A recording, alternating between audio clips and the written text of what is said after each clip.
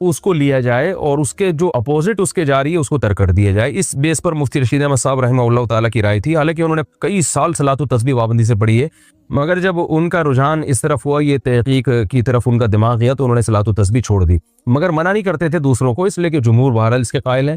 تو میں بھی کسی کو منع نہیں کرتا,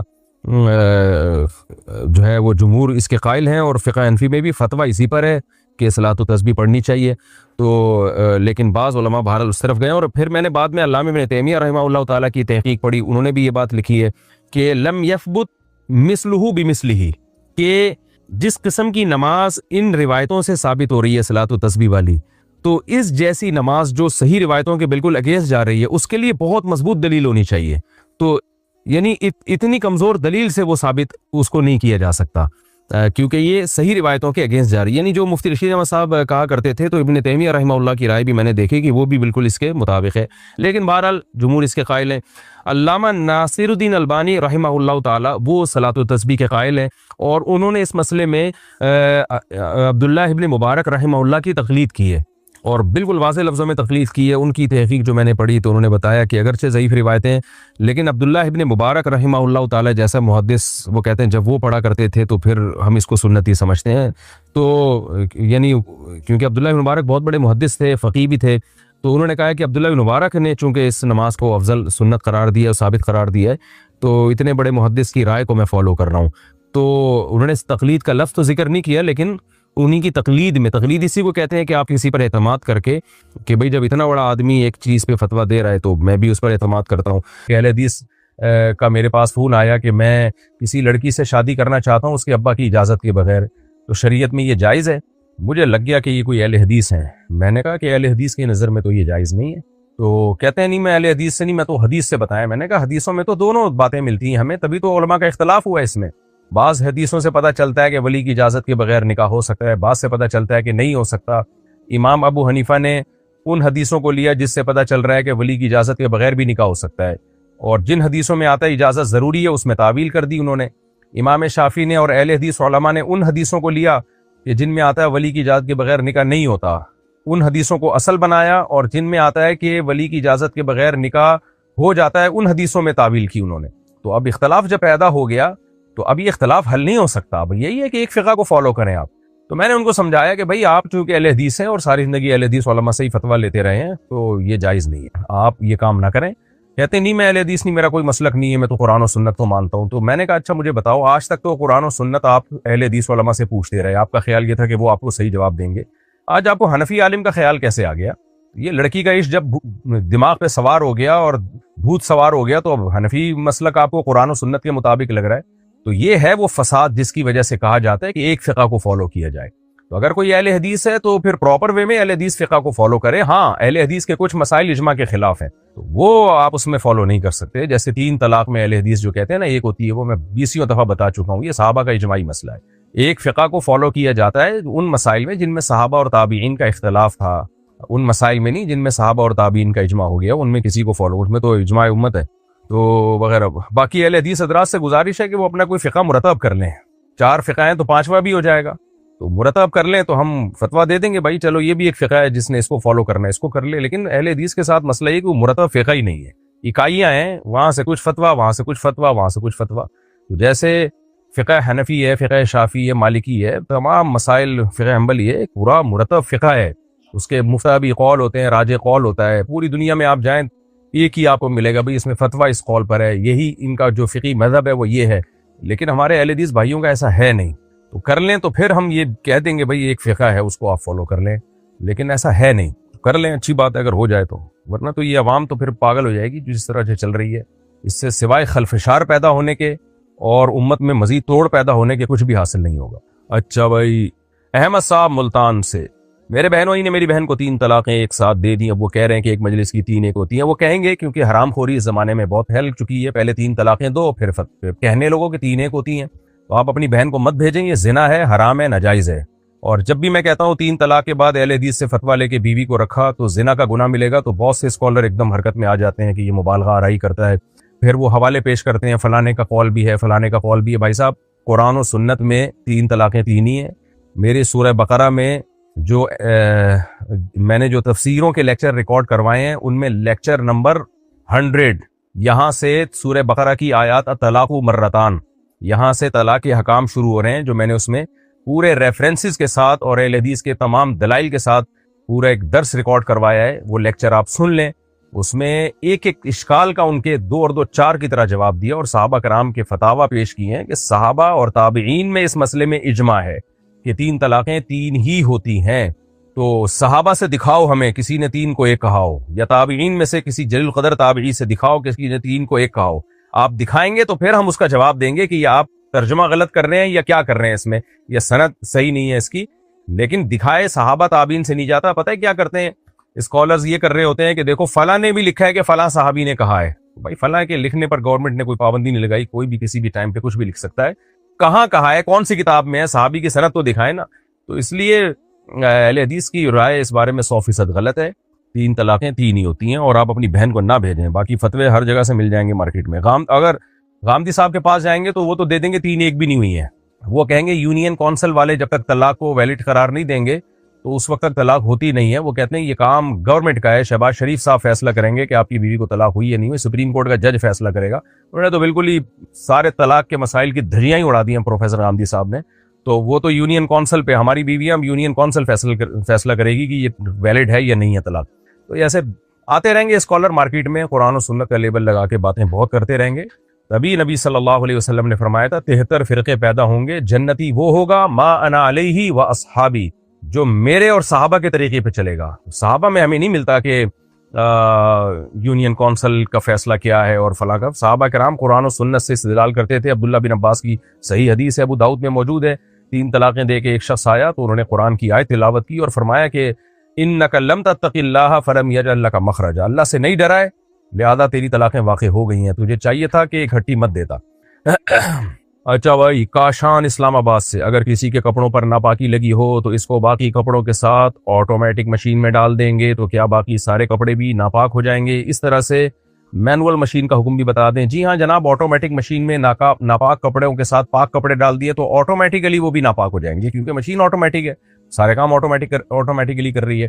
البتہ یہ ضرور ہے کہ ناپاک کپڑوں کے ساتھ جب پاک کپڑے آپ نے ڈال دیے اور اچھی طرح سب کو دھو دیا اور 3 دفعہ پانی بہا دیا تو جہاں پاک کپڑے پاک ہو جائیں گے آٹومیٹیکلی، تو ناپاک کپڑے بھی پاک ہو جائیں گے آٹومیٹیکلی۔ یعنی سارے کپڑے سوری میں نے آٹومیٹیکلی کچھ غلط کہہ دیا۔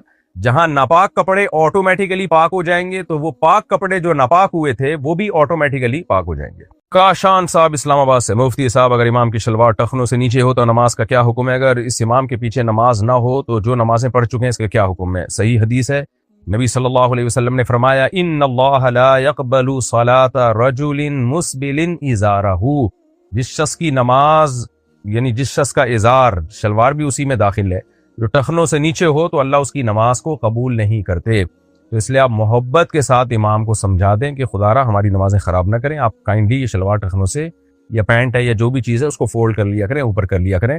باقی جو نمازیں امام کے پیچھے پڑھی ہیں وہ لوٹانے کی ضرورت نہیں ہے، کیونکہ علماء نے اس حدیث کا مطلب یہ بتایا کہ نماز ناپسندیدہ ہوتی ہے، فرض بہرحال ادا ہو جاتا ہے۔ حدیثوں کا مطلب دوسری حدیثیں سامنے رکھ کے بیان کیا جاتا ہے، تو یہ نماز کے لیے شرط کے درجے میں نہیں ہے۔